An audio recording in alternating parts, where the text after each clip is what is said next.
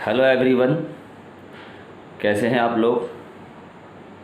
नौशाद ला classes में आपका एक बार फिर स्वागत है। फ्रेंड्स, सीपीसी 1908 की ये हमारी अगली वीडियो है। इसके पहले वाली वीडियो में हमने इंजंक्शंस के प्रोविज़न के बारे में चर्चा की थी।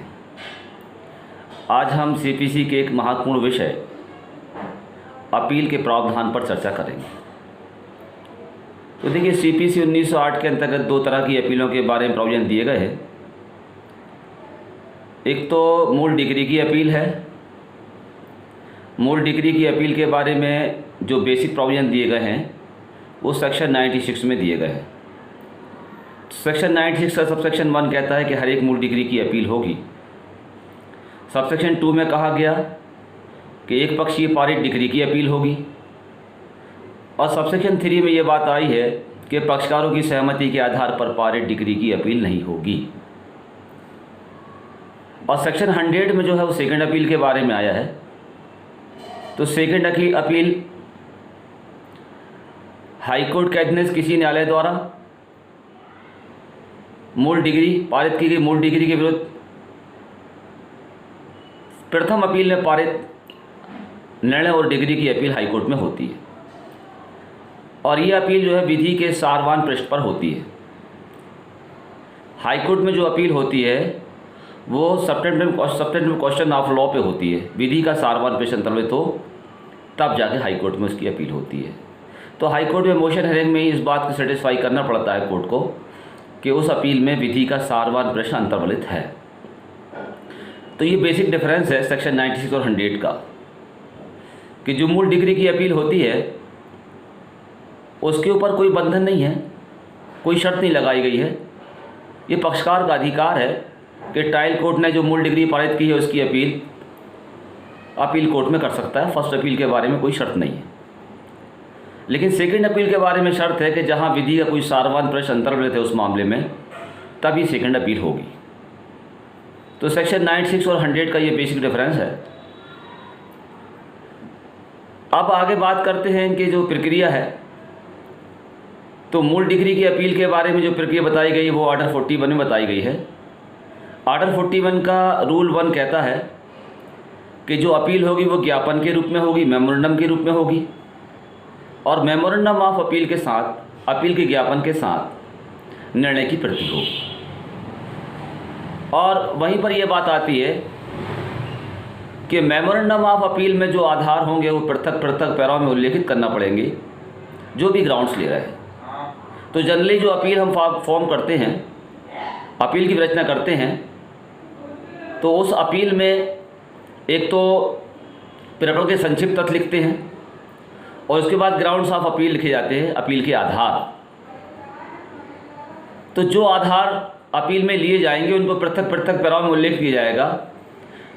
ट्रायल कोर्ट ने अपने जजमेंट में डिग्री में जो गलतियां की हैं, जो विधिक त्रुटियां की हैं, उनके बारे में जो अपील के आधार है उनमें उल्लेखित करना पड़ता है।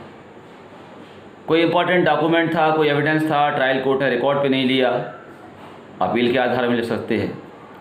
कोई डॉक्यूमेंट था, कोई एविडेंस था, ट्रायल कोर्ट ने इसको सही एनालिसिस नहीं किया है, उसका सही मूल्यांकन नहीं किया है, उसको अपील के आधार में ले सकते हैं। तो ऐसे बहुत से ग्राउंड्स होते हैं जिनको अपील के मेमो में वर्णित करना पड़ता है। अब जो आधार अपील मेमो वर्णित कर दिए गए, अपील न्यायालय उन्हीं पर सुनता है। और जो वर्णित कर दिए आधार, उनके अलावा अगर कोई अन्य आधारों पर कोई बहस करना चाहे तो न्यायालय की अनुमति के बिना बहस नहीं कर सकता। केवल उन्हीं आधारों पर तर्क करेगा जो उसने अपील मेमो वर्णित कर दिए। न्यायालय की इजाज़त के बिना अन्य किसी आधार पर तर्क नहीं कर सकता। अब वहाँ पर यह बात भी आती है कि हाई कोर्ट का की सीमा नहीं है कि जो अपील में आधार दिए केवल अपना विनिश्चय केवल उन्हीं आधारों पर सीमित रखे। वो चाहे तो अन्य आधारों पर भी जो है अपना निर्णय पारित कर सकता है, या ऐसा कोई जो है नया आधार लिया है जो अपील मेमोरेंडम में वर्णित नहीं है, न्यायालय की इजाज़त से कोई नया आधार लिया है, तो उस पर भी अपना विनिश्चय आधारित कर सकता है। लेकिन अब यहाँ पर भी एक बंधन आता है कि जब किसी ऐसे आधार पर जो कि अपील मेमोरेंडम में वर्णित नहीं किया गया है या कोई अन्य आधार जो न्यायालय की हैसियत से पेश किया गया है, उस आधार पर अपील कोर्ट अपना विनिश्चय तब तक आधारित नहीं करेगी जब तक कि अपोजिट पार्टी को सुनवाई का अवसर ना दे दिया गया हो, उस पर जो है बहस करने का मौका ना दे दिया गया हो। उसके बाद उस पर विनिश्चय कर सकती है अपील कोर्ट। अब इसके बाद आदेश 41 नियम 3 में ये बात आती है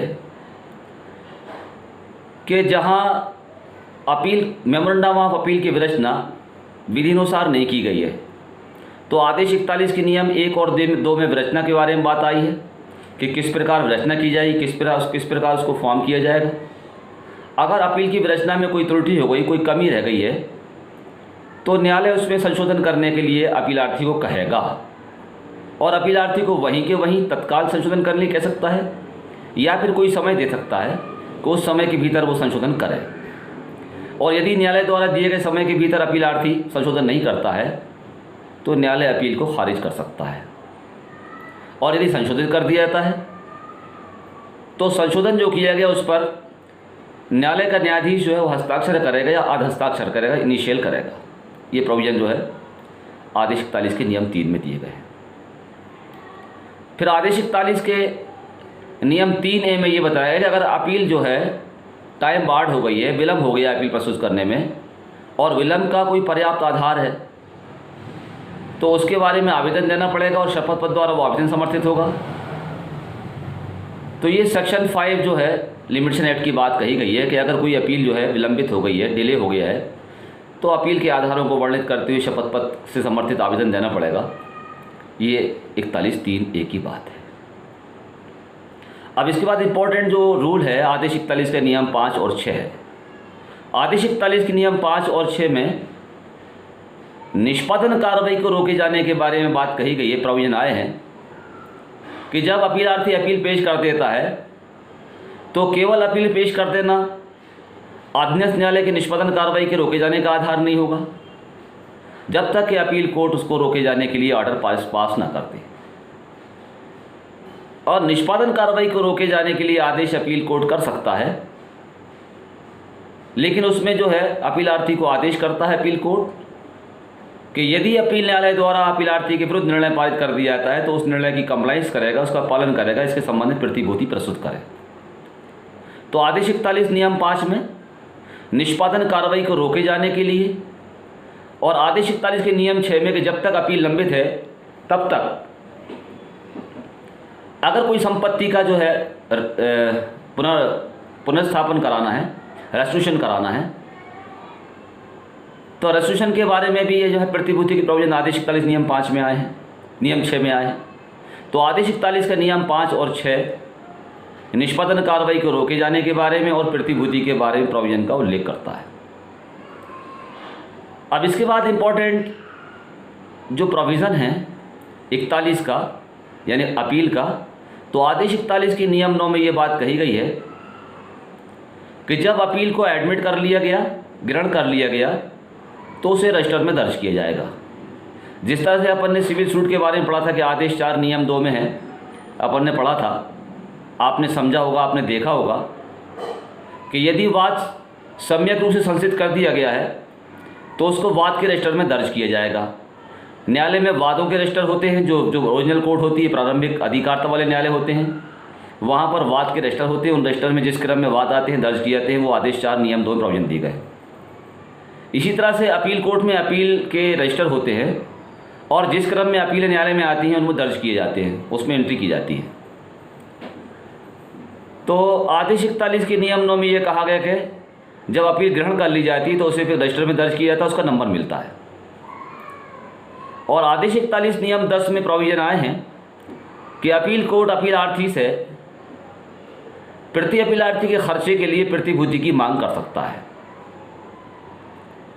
अगर मान लीजिए अपीलार्थी की अपील फेल हो जाती है, खारिज हो जाती है, गुणदोषों के आधार पर खारिज हो जाती है, तो ऐसी स्थिति में प्रति अपीलार्थी ने उस मामले में जो डिफेंस किया है, जो खर्च किया है, वो खर्च दिलाने के लिए न्यायालय कुछ मामलों में अपीलार्थी से प्रतिभूति की मांग कर सकता है। और ऐसे भी कुछ मामले होते हैं जैसा कि वाद के बारे में अपन ने प्रोविजन हम देखते हैं कि आदेश 25 में दिया गया है कि जहां न्याय को लगता है कि प्रतिवादी के खर्चे के लिए वादी से प्रतिभूति लेना चाहिए तो वहां प्रतिभूति की मांग कर सकता है।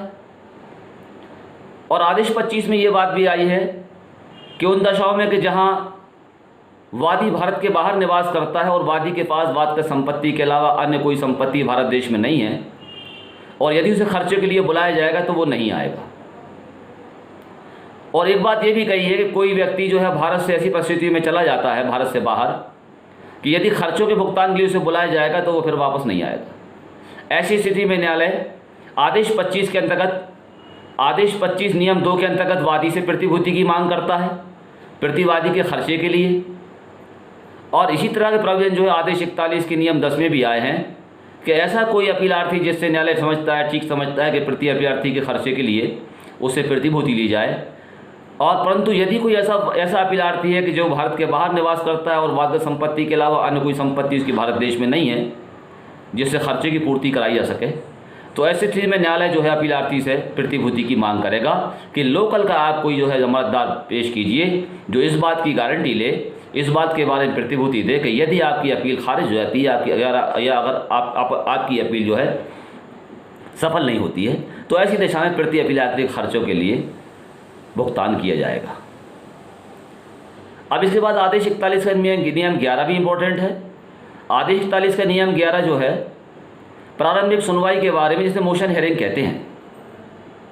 तो आदेश 41 के नियम 11 का उपनियम एक ये कहता है कि जब न्यायालय जो है न्यायालय में अपील पेश कर दी गई तो न्यायालय अपीलार्थी को सुनने के पश्चात अपील पर विचार करेगा और उसको लगता है कि अपील का कोई आधार नहीं है तो संक्षिप्तता खारिज कर देगा। संक्षिप्तता खारिज करने के बारे में आदेश 41 नियम 11 के जो है उपनियम 1 में बात आई है। फिर आदेश 41 नियम 11 के उपनियम 2 में ये बात भी आई है कि जहाँ सुनवाई दिनांक को अपीलार्थी न्यायालय में हाजिर नहीं होता है पेशी के समय, तो न्यायालय अपीलार्थी की अपील को खारिज कर देगा, डिसमिस इन डिफॉल्ट कर देगा। अब आदेश 41 नियम 12 में ये बात आई है कि जहाँ आदेश 41 नियम 11 के अंतर्गत न्यायालय अपीलार्थी की अपील को ग्रहण कर लेता है तो फिर सुनवाई के लिए तारीख नियत करेगा, जो फाइनल हियरिंग होना है उसके लिए एक तारीख नियत करेगा। आदेश 41 नियम 13 रिपील हो गया है। अब वहाँ पर यह बात भी आई है कि जो आदेश 41 नियम 11 के अंतर्गत सुनवाई हो रही है उस सुनवाई को न्यायालय जो है एक लिमिटेशन दिया गया है, एक टाइम दिया गया है कि जब तक कि जो है आदेश 41 नियम 11 के उपनियम 1 के अंतर्गत वो अपील खारिज ना कर दी जाए तो वह अपील की सुनवाई के लिए दिन नियत करेगा और ऐसा दिन जो है न्यायालय के चालू कारोबार को ध्यान में रखते हुए किया जाएगा। अब इसके बाद आदेश 41 नियम 14 में नोटिस की बात आई है कि जब अपील ग्रहण कर ली गई, सुनवाई के लिए ग्रहण कर ली गई, तारीख उसके लिए नियत कर दी गई, तो जो तारीख सुनवाई की है उस सुनवाई दिनांक की सूचना प्रति अपीलार्थी को पर की जाएगी, तामील की जाएगी। तो सूचना के प्रकाशन और तामील के बारे में आदेश 41 के नियम 14 में प्रोविजन दिए गए हैं। आदेश 41 के नियम 14 में तामील का तरीका बताया गया है कि न्यायालय के न्याय सदन पर उसको प्रकाशित करा देगा और जो अधीनस्थ न्यायालय था सम्मन उसके पास भेजेगा कि वो प्रति अपीलार्थी पर सम्मन की तामील करा दे। और उसमें एक तरीका ये बताया गया है कि अपील कोर्ट चाहे तो खुद भी उसकी तामील कर सकता है।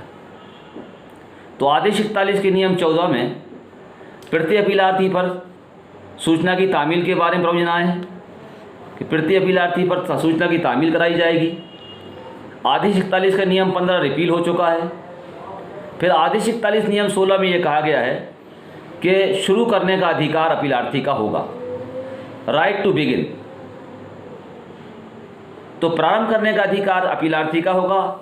अपीलार्थी अपने अपील के समर्थन में बहस करेगा, प्रारंभ करेगा बहस, और उसकी बहस का उत्तर प्रति अपीलार्थी देगा। फिर प्रति अपीलार्थी ने जो उत्तर दिया है उसका जवाब अपीलार्थी देगा। तो ये क्रम जो है बहस का है।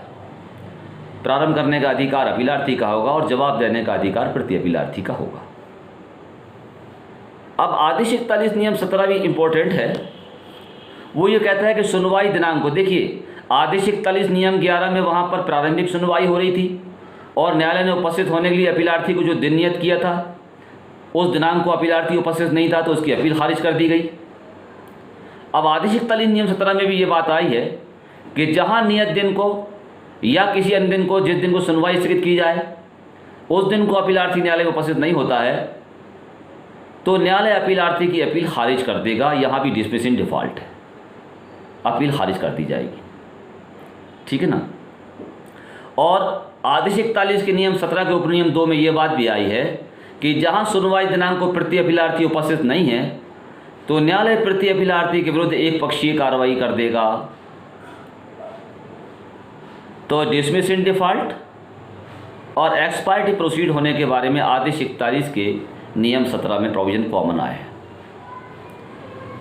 अब जो अपील डिसमिस इन डिफ़ॉल्ट हो गई आदेश 41-17 में, यानी अनुपस्थिति कारण खारिज हो गई है, उसके लिए रेमेडी आदेश 41 नियम 19 में दी गई है।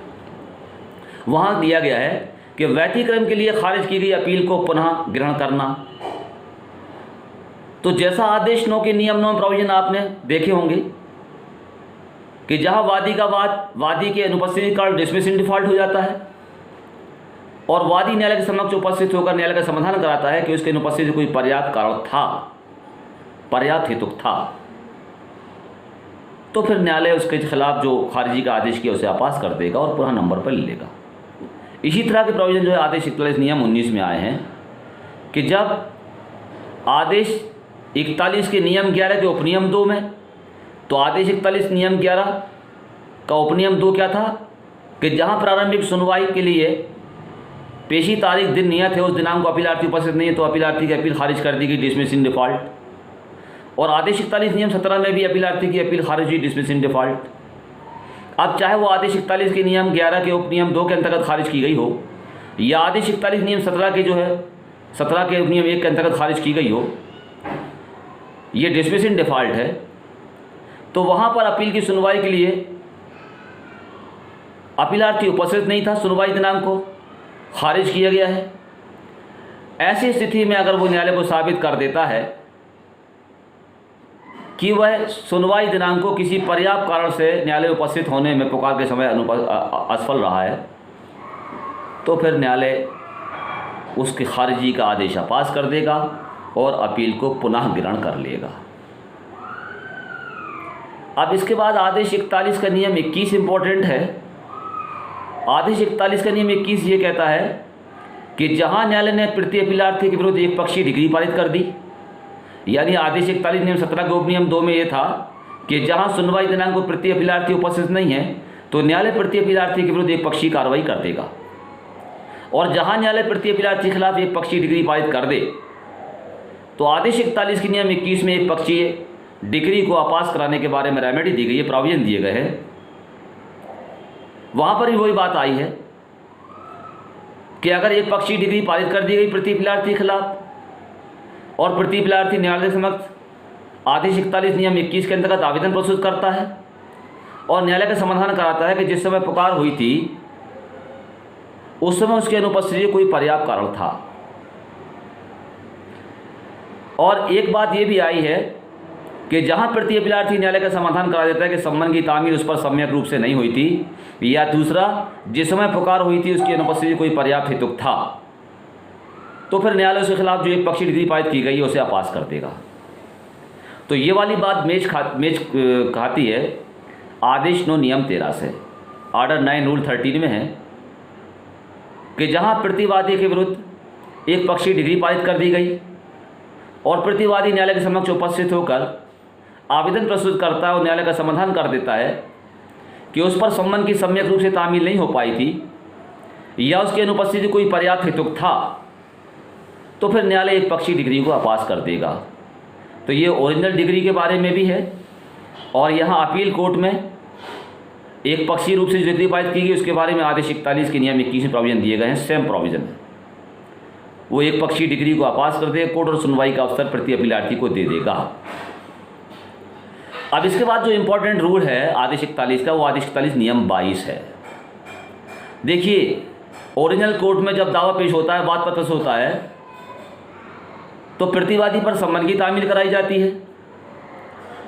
प्रतिवादी भी जवाब दावा पेश करने के साथ साथ अगर वादी के खिलाफ उसको कोई अनुतोष प्राप्त करने का अधिकार प्राप्त हुआ है तो उसके संबंध में काउंटर क्लेम पेश कर सकता है। इसके बारे में हमने सीपीसी के आदेश 8 नियम 6A में प्रोविजन पढ़े हैं, दिए गए हैं वहाँ पर प्रोविजन। अब अपील कोर्ट में भी स्थिति है कि अगर मान लीजिए कि अपीलार्थी ने अपील पेश की और प्रति अपीलार्थी पर सूचना की तामील हो गई, तो प्रति अपीलार्थी भी क्रॉस ऑब्जेक्शन फाइल कर सकता है। जिस तरह से वहाँ पर काउंटर क्लेम के प्रोविजन आए आदेश 8 नियम 6A में, उसी तरह के प्रोविजन जो है अपील स्टेज पर आदेश 41 नियम 22 में आए हैं। तो प्रति अपीलार्थी भी जो डिग्री पारित की गई है उस डिग्री में वास्तव में प्रति अपीलार्थी के पक्ष में ही पारित की गई है, लेकिन कोई इशू वगैरह इस तरह से डिसाइड कर दिया है कोर्ट ने जिस पे जो है प्रति अपीलार्थी को आपत्ति है, तो वो क्रॉस ऑब्जेक्शन के माध्यम से आपत्ति कर सकता है। अब इस आपत्ति करने के लिए एक समय सीमा बताई गई है वहाँ पर, वो समय सीमा जो है सूचना की तामील से 30 दिवस के अंदर अपनी आपत्ति प्रस्तुत कर सकता है या न्यायालय द्वारा अनुज्ञात अवधि के भीतर क्रॉस ऑब्जेक्शन फाइल कर सकता है। और क्रॉस ऑब्जेक्शन के बारे में नियम वैसे ही लागू होंगे जैसे अपील मेमोरेंडम के बारे में होते हैं। तो आदेश 41 के नियम 1 के अंतर्गत जिस तरह अपील का मेमोरेंडम तैयार किया जाएगा उसी तरह से क्रॉस ऑब्जेक्शन तैयार किया जाएगा। और जैसा वहाँ पर जो है ट्रायल कोर्ट के बारे में प्रोविजन आए हैं कि अगर कोई वादी का वाद खारिज हो जाए या वापस ले लिया जाए या अनुपस्थिति में खारिज हो जाए, तो ऐसी स्थिति में जो प्रति दावा है वो चलता रहेगा। यहाँ पर भी ये बात आई है कि अगर अपीलार्थी की अपील वापस ले ली गई या अपील खारिज कर दी जाती है, डिस्मिसल डिफ़ॉल्ट हो जाती है, तो ऐसी दशा में जो है प्रति अपीलार्थी का जो क्रॉस ऑब्जेक्शन है, प्रत्यक्षेप है, उस पर सुनवाई होगी। लेकिन ये सुनवाई अपीलार्थी को सुनवाई का मौका देने के पश्चात की जाएगी, उस पर आदेश किया जाएगा। तो ये इंपॉर्टेंट रूल था आदेश 41 का नियम 22। अब आदेश 41 नियम 23 और 23A ये रिमांड के बारे में है। तो देखिए कई बार अपील कोर्ट ये करती है कि मामले में गुण दोषों के आधार पर कोई फैसला ना करते हुए मामले को रिमांड कर देती है। तो आदेश 41 के नियम 23 में ये बात आई है कि जहां अपील कोर्ट ये पाती है कि ट्रायल कोर्ट ने मामले का निपटारा किसी प्रारंभिक बात पर कर दिया है जो गलत तरीके से किया है और अपील कोर्ट का निश्चय यह है कि उसमें दोबारा सुनवाई होना चाहिए, तो उसको मामले को रिमांड कर देगी अपील कोर्ट।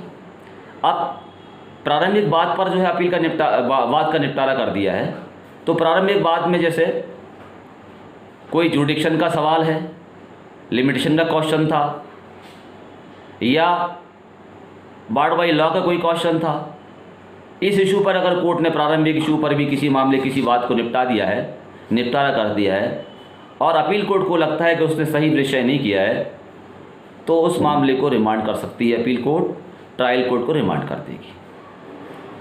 और आदेश 41 के नियम 23A में ये बात आई है कि जहां प्रारंभिक बात से अन्यथा किसी आधार पर जो है ट्रायल कोर्ट ने मामले को विनिश्चित किया है और ऐसे में अपील कोर्ट को लगता है कि उसका विनिश्चय ठीक नहीं है और दोबारा मामला सुनवाई के लिए प्रतिप्रेषित करना चाहिए, तो आदेश 41 नियम 23A में भी अपील कोर्ट ट्रायल कोर्ट को मामला रिमांड कर सकती है, प्रतिप्रेषित कर सकती है।